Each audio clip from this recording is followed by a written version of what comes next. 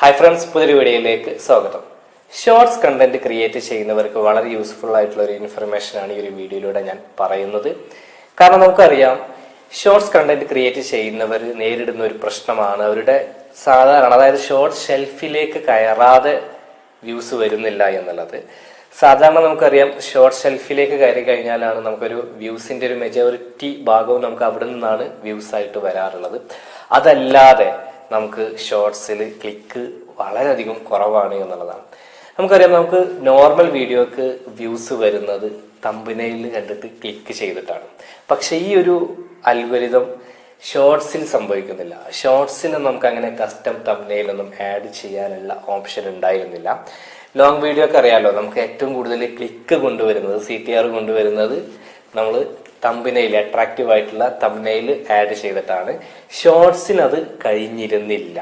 എന്നാൽ ഇപ്പോൾ ലേറ്റസ്റ്റ് യൂട്യൂബിൽ ഷോർട്സിലും നമുക്ക് തംബ്നെയിൽ ആഡ് ചെയ്യാനുള്ള ഓപ്ഷൻ യൂട്യൂബ് കൊണ്ടുവന്നിട്ടുണ്ട്. ഇതിൽ തന്നെ തൊട്ടു മുന്നേ നമ്മളൊക്കെ തംബ്നെയിൽ ആഡ് ചെയ്യുമ്പോൾ നമുക്കറിയാമായിരുന്നു, നല്ലൊരു ഫ്രെയിം നമുക്ക് വേണമെങ്കിൽ സെലക്ട് ചെയ്ത് വെക്കാമായിരുന്നു.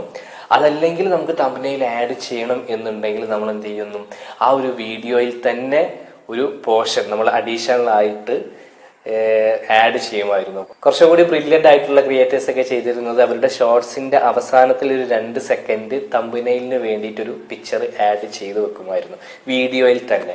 പക്ഷെ ഇതൊന്നും കൂടാതെ തന്നെ നമുക്ക് ഇനി മുതൽ ഷോർട്സിൽ തംബ്നെയിൽ ആഡ് ചെയ്യാൻ കഴിയും. ഇതെങ്ങനെയാണെന്ന് വെച്ച് കഴിഞ്ഞാൽ, നമ്മൾ സാധാരണ എങ്ങനെയാണോ ഷോർട്സ് അപ്ലോഡ് ചെയ്യുന്നത് അതുപോലെ അപ്ലോഡ് ചെയ്യുക. അങ്ങനെ അപ്ലോഡ് ചെയ്ത് അതിന്റെ ലാസ്റ്റ് സ്റ്റെപ്പിൽ എത്തുമ്പോൾ നമ്മളോട് ഈ ഒരു ഓപ്ഷൻ നമുക്ക് ഇവിടെ കാണാൻ കഴിയും, ഒരു പെൻസിൽ ബട്ടണിൽ. അപ്പൊ ഇവിടെ നിന്ന് നമുക്ക് ഇതുവരെ നമുക്ക് ഏറ്റവും നല്ല ഫ്രെയിം വേണമെങ്കിൽ നമുക്ക് ഇങ്ങനെ ഒരു മൊമെന്റ് തംബ്നെയിലായിട്ട് ആഡ് ചെയ്യാൻ കഴിയുമായിരുന്നു.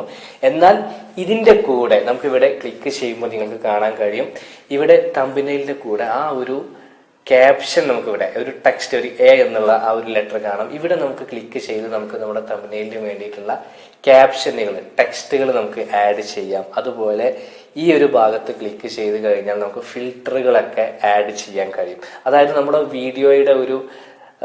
വീഡിയോയിൽ ഇല്ലാത്തൊരു കാര്യം തന്നെ നമുക്ക് കസ്റ്റം തംബ്നെയിലായിട്ട് ആഡ് ചെയ്യുന്ന ഒരു ഫീച്ചറാണ്, ഒരു ഓപ്ഷനാണ് വന്നിട്ടുള്ളത്. വളരെ യൂസ്ഫുൾ ആയിട്ടുള്ള ഒരു ഓപ്ഷൻ ആണെന്ന് പറയാം. തംബ്നെയിലിൽ കൂടുതൽ ക്ലിക്ക് വരാൻ ചാൻസ് കൂടുതലുണ്ട്. കാരണം നമ്മൾ ആ ഒരു ഷോർട്സിന് വ്യൂസ് കൂടാനും വളരെ ഹെൽപ്ഫുൾ ആയിട്ടുള്ള ഒരു ഓപ്ഷൻ ആണെന്ന് പറയാം. അപ്പൊ ഈ ഒരു വീഡിയോയിൽ ഞാൻ ജസ്റ്റ് ഇതൊന്ന് പരീക്ഷിച്ച് നോക്കുകയാണ്. ഞാൻ ഈ ഒരു ടെക്സ്റ്റ് എന്നുള്ള ഭാഗത്ത് ക്ലിക്ക് ചെയ്ത് ഇപ്പൊ എൻ്റെ ഈ ഒരു ഷോർട്സിന് വേണ്ടിയിട്ട് ഞാൻ ഒരു മൊമെന്റ് സെലക്ട് ചെയ്തു, ടെക്സ്റ്റ് തിരഞ്ഞെടുത്തു. ഞാൻ ജസ്റ്റ് തംബ്നെയിലിന് വേണ്ടിയിട്ട് എക്സാമ്പിൾ ആയിട്ടൊരു ടെക്സ്റ്റ് ആഡ് ചെയ്തു. ഞാൻ സേവ് കൊടുക്കുകയാണ്. ഇനി നമുക്ക് YT സ്റ്റുഡിയോ ഓപ്പൺ ചെയ്തിട്ട് ഈ ഒരു തംബ്നെയിൽ ഇവിടെ വർക്ക് ആയിട്ടുണ്ടോ എന്നുള്ളത് നോക്കാം. ഇപ്പൊ ഞാൻ YT സ്റ്റുഡിയോ ഓപ്പൺ ചെയ്യുകയാണ്. ജസ്റ്റ് നോക്കുമ്പോൾ യെസ്, അതിവിടെ വർക്കിംഗ് ആണ്, നിങ്ങൾക്ക് ഇവിടെ കാണാം. അപ്പോൾ വളരെ ഈസി ആയിട്ട്, വളരെ സിമ്പിൾ ആയിട്ട് ഇനി മുതൽ നിങ്ങൾക്കൊക്കെ ഷോർട്സിൽ ഇതുപോലെ തംബ്നെയിൽ ആഡ് ചെയ്ത് സേവ് ചെയ്യാൻ കഴിയുന്നതാണ്. അപ്പോൾ നിങ്ങളൊക്കെ ഇത് യൂസ് ചെയ്യുക. ഈ ഒരു വീഡിയോ നിങ്ങൾക്ക് ഉപകാരപ്പെട്ടുവെങ്കിൽ തീർച്ചയായിട്ടും നിങ്ങൾ ലൈക്ക് ചെയ്യുക.